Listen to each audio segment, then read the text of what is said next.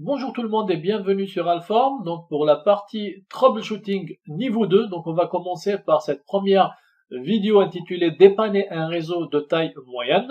Donc là, on va faire que du troubleshooting par rapport à toutes les notions qu'on a vues au niveau 2. Donc niveau 2, qu'est-ce qu'on a vu? Donc on a vu tout ce qui est VLAN, tout ce qui est spanning tree, tout ce qui est trunk, tout ce qui est port channel. Alors, donc l'objectif, donc c'est d'arriver à pinguer à partir du PC jusqu'au serveur, sachant que pour ce lab, donc on va faire du troubleshooting uniquement sur la partie switching. Donc pour le lab suivant, par contre, on va faire du troubleshooting de bout en bout, ça veut dire du client jusqu'au serveur. Alors, donc là, pour cette topologie, donc il y a des problèmes, que des problèmes niveau 2, donc qu'il faut résoudre, qu'il faut trouver au fur et à mesure. Alors, le but final, c'est d'arriver à pinguer d'abord à partir du client vers la passerelle par défaut qui est un routeur virtuel avec le protocole HSRP et donc aussi pinguer vers le serveur, sachant qu'il n'y a pas de problème ici à partir des deux switches de distribution jusqu'au serveur. Donc pour la topologie, on a deux switches d'accès, deux switches de distribution qui sont branchés vers un routeur directement. Donc on a le protocole UJRP avec l'Autonomous système A10, donc entre le routeur et le deux switches de distribution. Donc ici, on a de l'Ether Channel niveau 3, donc ça veut dire qu'il y a des adresses IP qui sont configurées au niveau des ports channel. Pareil, donc ici, c'est des ports channel, sauf que c'est des ports channel niveau 2, donc avec du trunk qui est activé au niveau de chaque port channel entre chaque paire de switch. Donc derrière le switch d'accès, on a deux machines qui sont connectées au VLAN 10 et un serveur donc qui appartient au VLAN 20, donc un serveur FTP. Alors, donc le but, c'est d'arriver à pinguer à partir du client 1 ou bien à partir du client 2 vers le routeur virtuel en HSRP qui est ici entre les deux switches de distribution. Donc il y a de l'HSRP qui est configuré entre les deux switches de distribution. Alors, donc on va commencer par un ping vers le routeur virtuel. Donc si on arrive à pinguer ce routeur, ça veut dire qu'on peut sortir vers l'extérieur. Donc si on n'arrive pas par la suite à pinguer le serveur ici, ça veut dire qu'il y a un problème de routage puisqu'il y a de l'UJRP ici. Donc il y a une route par défaut qui va vers le HQ et une route statique qui vient du HQ vers le branch ou bien vers ce réseau. Alors donc passons directement au lab. Alors donc on va commencer par le client. Donc on va lancer la fenêtre du client pour tenter un ping. Déjà on va commencer par un ipconfig. Voilà, donc ça c'est l'adresse IP de la machine avec le masque. Et ça c'est l'adresse IP du routeur virtuel en HSRP qui est configuré ici entre les deux switches de distribution. Alors juste une chose, donc j'ai oublié de noter l'adresse IP du serveur. Donc c'est 4.2.2.2. Si j'ai simulé, c'est comme si un serveur qui se trouve sur le réseau internet. D'accord? Donc la simulation ici, c'est comme si on a la partie campus avec les deux switches d'accès et deux switches de distribution avec un routeur de sortie. Et de l'autre côté, donc on a un routeur HQ. Donc c'est comme une sortie vers le réseau internet. Et après, donc on a un serveur ici avec l'adresse IP 4.2.2.2. Alors, donc au niveau du client, donc on a une adresse IP, on a un masque et on a une passerelle par défaut. Première étape, donc on va essayer de pinguer la passerelle par défaut qui est le 10.2.1.254. Alors, est-ce qu'on arrive à joindre ce serveur virtuel? Donc premier paquet déjà avec un timeout. Et deuxième paquet, on peut attendre même peut-être un troisième paquet. Donc si on n'arrive pas à le joindre, on va commencer le troubleshooting. Donc pas de connectivité entre le client et le routeur virtuel. Alors première étape, donc c'est de vérifier tout ce qui est physique entre le client et le switch. Donc comme c'est du paquet tracer, d'accord, donc on voit les voyants en vert, ça veut dire quoi? Ça veut dire que physiquement il n'y a aucun problème. Donc on va directement au niveau du switch d'accès. On va commencer nos vérifications. Donc première commande, c'est de vérifier l'interface qui est connectée vers le client. Donc show interface fast ethernet 01. Donc on va voir le niveau 1 et niveau 2 de l'interface. Donc a priori tout est bon pour le niveau 1 et le niveau 2. Donc niveau 1 c'est up, donc pas de problème physique. Et niveau 2 c'est connecté. Alors maintenant ce qui reste à vérifier, Donc, on peut citer tous les protocoles qui tournent ici. Donc, il y a le protocole spanning tree, ça peut être un protocole spanning tree. Il y a du trunk, ça peut être un problème au niveau du trunk. Donc, il y a les VLAN, ça peut être un problème d'affectation des ports au VLAN. Et ça peut être un problème de port channel, d'accord? Donc, on va y aller step by step. On va commencer par la vérification des VLAN. Est-ce que le port est configuré dans le bon VLAN? Donc, avec la commande show VLAN, on peut voir l'appartenance des ports au VLAN. Donc, nous, le client, il est branché sur cette interface Ethernet 01 qui doit être dans le VLAN 10, alors qu'avec le show VLAN, on voit bien que l'interface est dans le VLAN 1. Ça veut dire que l'interface n'est pas sur le bon VLAN. Donc là, on arrive à trouver un problème.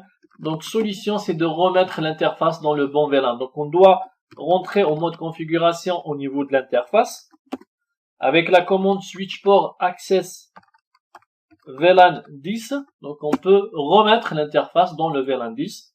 Et bien sûr, on peut vérifier juste après avec un show VLAN. Donc, on voit bien que maintenant, l'interface 01 est bien mappée avec le VLAN 10. Alors, on va relancer le ping à partir du client vers le routeur virtuel. Donc là, a priori, on arrive à pinguer le routeur virtuel. Ça veut dire qu'on n'a plus de problème niveau 2 ici. Mais ça n'empêche pas de vérifier encore. Donc les interfaces au niveau du switch d'accès avec un show IP interface brief. Donc on a les deux ports channel. Par contre ici, donc on a les deux ports channel. Donc le port channel 13 et le port channel 23. D'accord? Ici, donc avec un show IP interface brief, on voit bien que le port channel 13, il est down.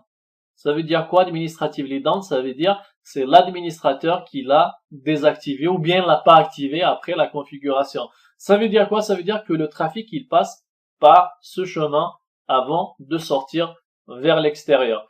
Donc, ça serait plus intéressant, plus optimal de le faire passer par ce port channel. D'accord? Alors, on va activer le port channel 13 avec la commande no shutdown. Donc, interface port channel 13 avec la commande no shutdown. Donc, on va activer l'interface port channel show IP interface brief. Donc là, on voit bien que l'interface port channel est bien app pour les deux interfaces. Alors, on va relancer le ping. Donc, bien sûr que ça marche, puisque ça marchait déjà dès le départ, sauf que avant, il passait par ce chemin. Maintenant, on va se poser la question, est-ce qu'il passe par ce chemin ou bien par ce chemin? Donc, quelle est la chose qui va nous montrer ça? C'est le protocole spanning tree. Donc, on peut faire un show spanning tree VLAN 10. Alors, donc là, on voit bien que le trafic il passe par le port channel 23 qui est ce chemin. Pourquoi? Parce que c'est le port qui est route. Ça veut dire que lorsqu'on a lancé le ping, donc ça passe par la SW1, il va au niveau du DSW2 et après ça sort vers l'extérieur. Donc encore une fois, ce qui nous intéresse, c'est que le trafic passe directement à travers le port channel 13. On va juste vérifier quel est le switch route bridge pour le trafic. Donc je vais au niveau du switch de distribution DSW2, je vais faire un show spanning tree VLAN 10. Alors, est-ce que c'est le switch qui est route bridge? Non, c'est pas le switch qui est route bridge. On voit bien que les ports, donc il y a un port qui est dans l'état route. Alors, c'est quel port? C'est le port channel 23 qui va 24, pardon, c'est le port channel 24. Et le port channel 24, c'est le port channel qui est utilisé vers la SW2. Ça veut dire quoi? Donc, si on fait un show spanning tree VLAN 10 au niveau du switch ASW2, alors on voit bien que c'est le 14 qui mène vers le route bridge. Ça veut dire qu'au final, le trafic, il va faire ça. Ensuite, il va à la SW2 et ça part vers le DSW1. Et finalement, c'est le DSW1. Alors, on va juste confirmer. Show spanning tree VLAN 10. Effectivement, finalement, c'est le DSW1 qui est root bridge. Et par contre, si on va au niveau de la SW1 et on fait un show spanning tree VLAN 10, on voit bien que le route sépare le 23. Ça veut dire que le trafic, il va faire ça. ASW2, DSW1 avant de sortir vers l'extérieur, au lieu que le trafic passe directement. Alors, à votre avis, pourquoi ça? On va commencer à vérifier. Donc là, on va vérifier tout ce qui est trunk. Donc, je vais au niveau de la SW1. Je vais faire un show run, juste pour voir la configuration au niveau des deux ports channel, parce qu'il y a un comportement très bizarre. Donc, normalement, le port route, ça doit être le port channel 13 et non pas le port channel 23, puisque le route bridge, il est ici. C'est le DSW1. Alors, donc on voit bien ici, switch port trunk load VLAN. Donc, trunk encapsulation, c'est bien configuré en trunk.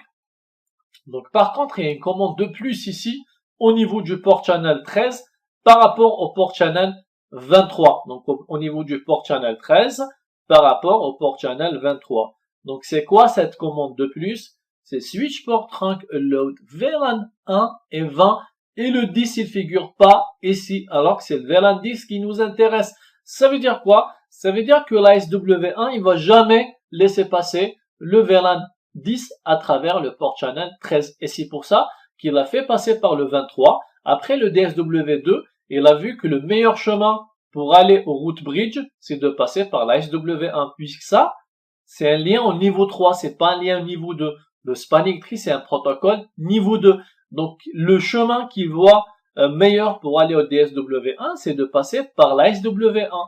Et la SW1, il envoie vers le port channel 14, ça va vers le DSW1 et ça sort vers l'extérieur. Donc, au final, pour pinguer cette passerelle par défaut, ça fait tout ça avant que le ping, avant qu'on voit le ping au niveau du client 1. Alors, maintenant, la solution, c'est quoi? Donc, c'est de rajouter le VLAN 10 ici au niveau du port channel 13. Donc, on doit rentrer en mode configuration au niveau du port channel 13. On va peut-être soit désactiver cette commande, soit lui dire directement switch port trunk load. On va rajouter le VLAN 10. Donc, je préfère effacer et remettre, sauf que ici, je dois rajouter le VLAN 10. Alors, je vais juste refaire un show run pour vérifier. Donc là, c'est switch port trunk load VLAN 2.1. Le VLAN 1, 10 et 20. Alors, je vais juste refaire un show spanning tree. Donc, normalement, il y aura un changement de topologie. On voit bien que le port route maintenant, c'est le port 13, c'est le port channel 13. Ça veut dire quoi? Ça veut dire que le trafic venant du client 1, il va passer directement via le port channel vers le DSW1 qui est route bridge. On peut même le confirmer ici. On va retaper la même commande juste pour vérifier. Donc le switch, il est toujours route bridge, donc le switch DSW1. Et donc du coup, maintenant, si on refait ici un show spanning tree pour la SW1, donc on voit bien que le port route, ce n'est plus le port channel 23, mais plutôt le port channel 13. Alors relançons maintenant le ping. Donc là, on est sûr que le ping, il passe par la SW1, DSW2. Après, si c'est vers la passerelle par défaut, donc ça ping directement. Si c'est vers l'extérieur, ça va vers le routeur branch, après le HQ et ainsi de suite, donc jusqu'aux autres routeurs, jusqu'à la destination finale. Voilà, donc on arrive à la fin de cette partie lab troubleshooting niveau 2. Donc ce qu'il faut retenir, c'est que on a fait du troubleshooting par rapport au protocole STP, donc le protocole spanning tree. On a fait du troubleshooting par rapport au trunk avec la notion des load VLAN. On a fait du troubleshooting par rapport au port channel et par rapport à l'affectation des ports pour les VLAN. Donc en gros, c'est les choses les plus importantes qu'on a vues dans la partie, dans tout ce qui est protocole niveau 2. Donc pour la prochaine vidéo, ou bien la vidéo suivante, on va faire du troubleshooting, sauf qu'on va aller un peu plus loin. Donc on va voir même la partie routage entre les deux routeurs branch et HQ jusqu'à la destination finale. Voilà, donc j'espère que ça a été clair pour vous, cette bonne partie de troubleshooting niveau 2. Je vous remercie de m'avoir suivi et je vous dis à tout à l'heure.